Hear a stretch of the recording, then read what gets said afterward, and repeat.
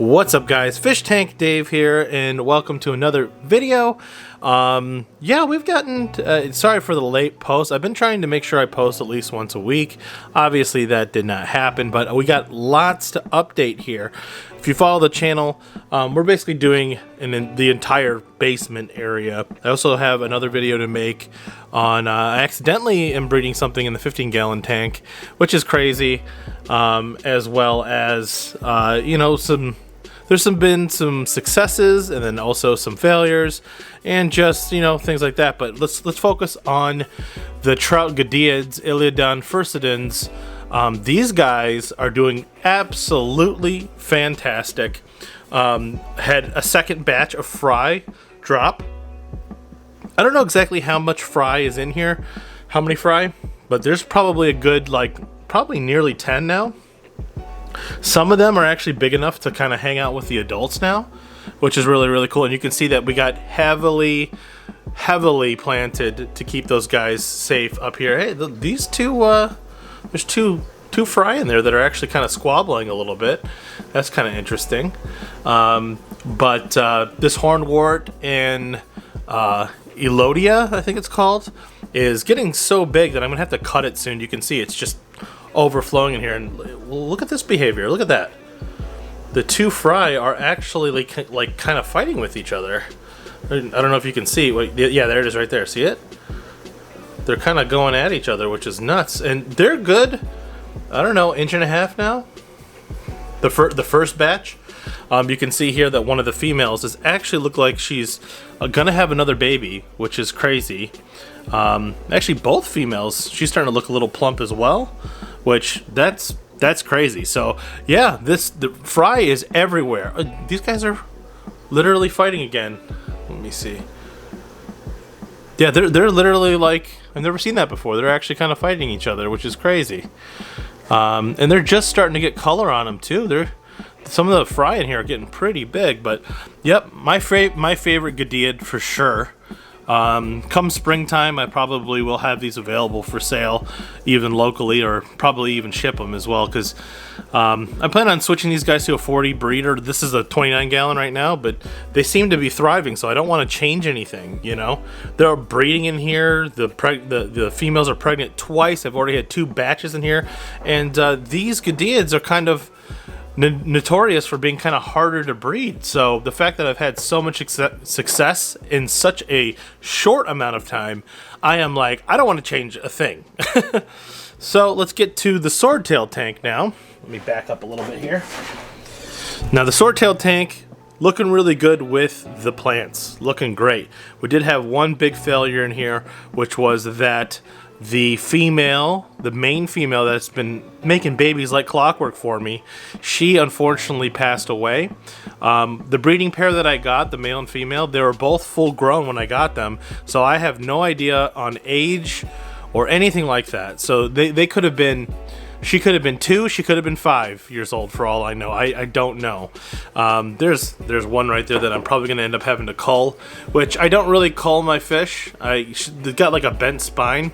I'm probably just going to end up putting it in my 55-gallon, which is kind of the community tank upstairs, where they can live out their life and be deformed. That's okay. You know what I mean? I still feel weird, you know, actually putting fish down. I don't like doing that. And these guys are so cute. I just love them. I just love them. I think my wife has even said herself that the swordtail babies are like the cutest fish ever, and they are adorable. Very good pop of color as well. They're looking really good. But now I'm waiting for these guys to kind of sex out before I go ahead and start selling more. So as of right now, I'm not selling any of these fish. See, the male is still back there. He's still fine. Yep, there he is right there, the male. Nice sword on him, looking colorful, looking great. But yeah, no, I'm gonna wait until these guys kind of sex out and get bigger before I try to sell any more. The lemon, blue eye, bristlenose, all getting big so far. I've actually only seen one male so far. Only one male. He's kind of elusive. He only comes out a little bit, and you can see this is kind of getting overgrown with plants and whatnot. So it's a lot harder to find him now, but he's looking glorious. Great color on him. Bristles are looking really good as well. And yeah, they're just looking great. Now for these tanks down here. Already got some success going on down here as well. And these are the orange, let me adjust this. These are the orange sun-kissed shrimp, and they're doing good. They're doing really good. A couple of the females are actually buried in here, and they're looking actually really great right now. Let me see if I can zoom in on one. Let's see. Yeah, they're looking really good, showing good color already. You know, they shrimp can actually, you know, kind of change their color as they are on different substrates and things like that. So I think they're looking really good. Let's try to focus in on another one eating away, and they're looking really good.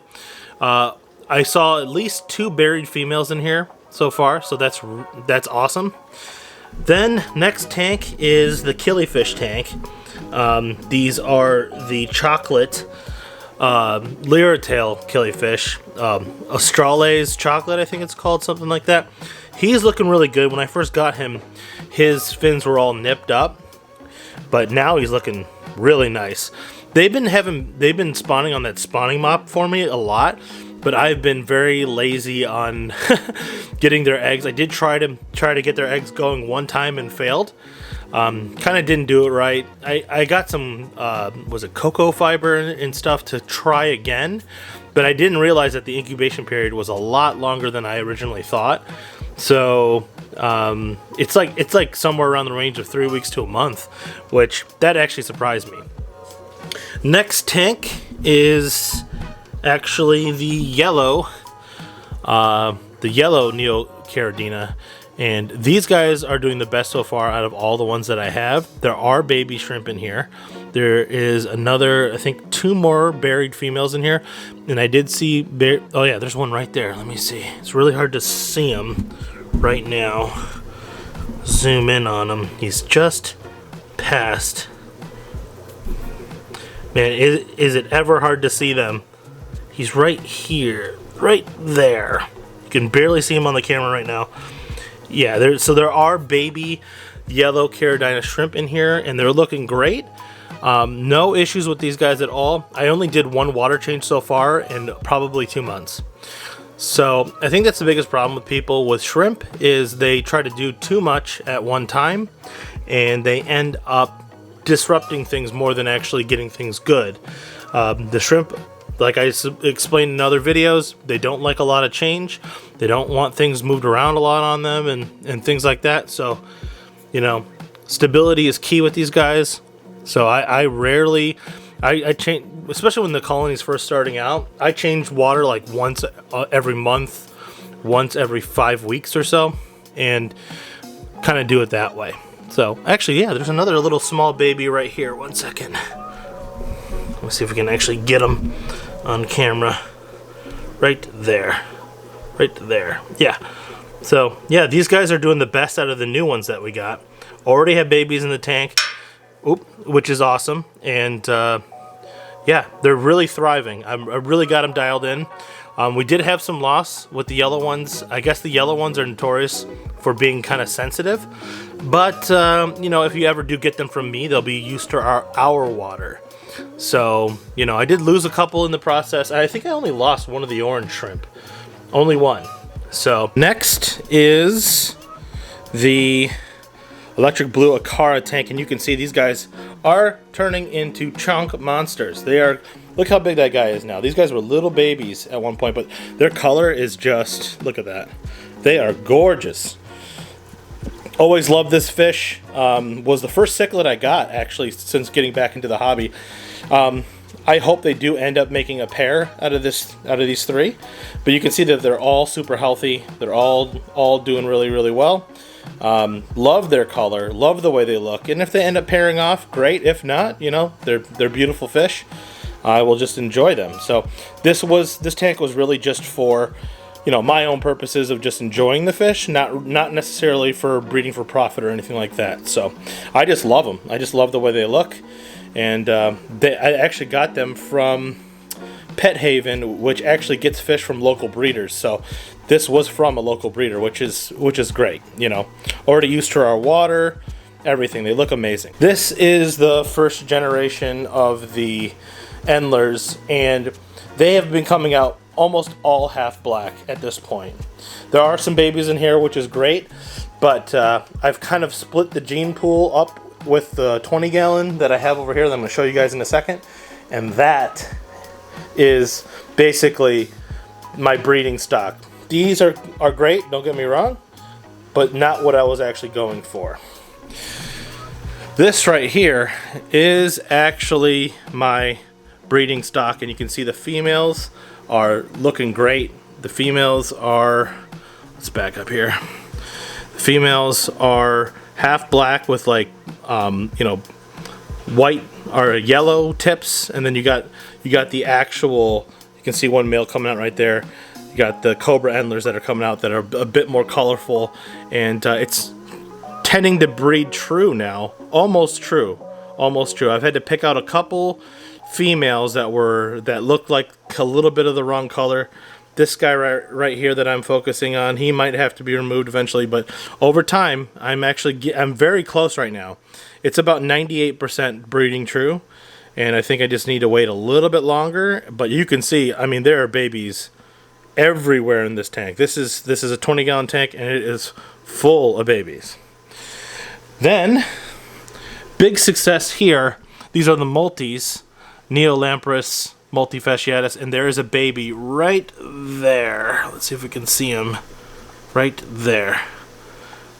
Man, is it hard to focus. He's right there. Can't even. There he is. There he is. It is so hard to focus on him because he's so small. But there's at least one fry in here, which honestly is great. I haven't had these fish for too long.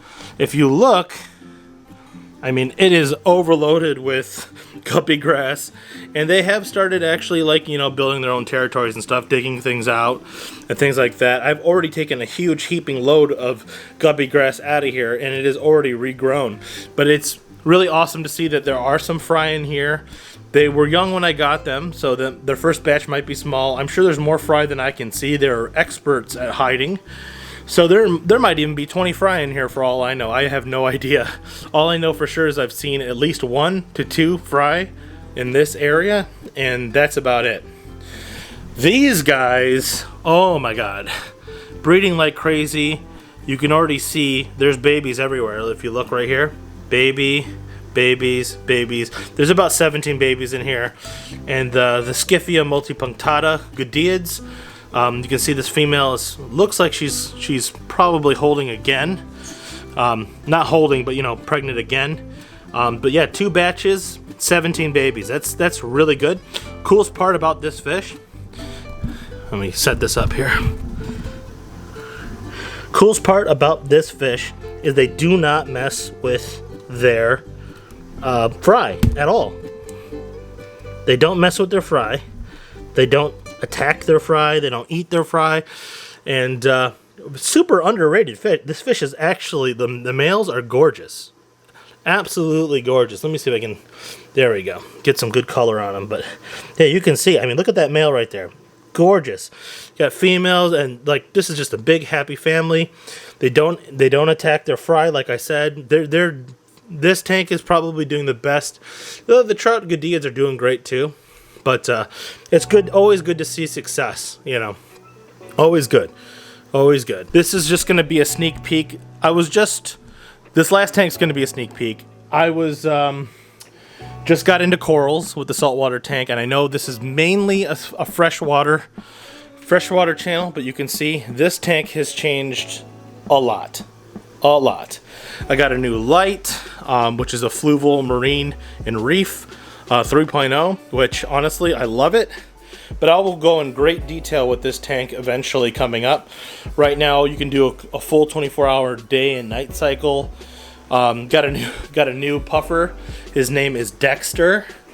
Right there, he is the bomb. I love him. He was super small. Was really worried with him and the other green spotted puffers, but you know what? They actually get along fine, and he is part of the family now. So he's doing great. We did lose one of the clowns, unfortunately, due to marine velvet or ick, and then we did lose the royal grama as well, and a couple green chromis. It was pretty bad. I found out that marine diseases, when they hit very hard, and yeah, it was very hard to get that under control. So, oh, look at that. You can see the sweeper tentacle coming out right here. See that long tentacle?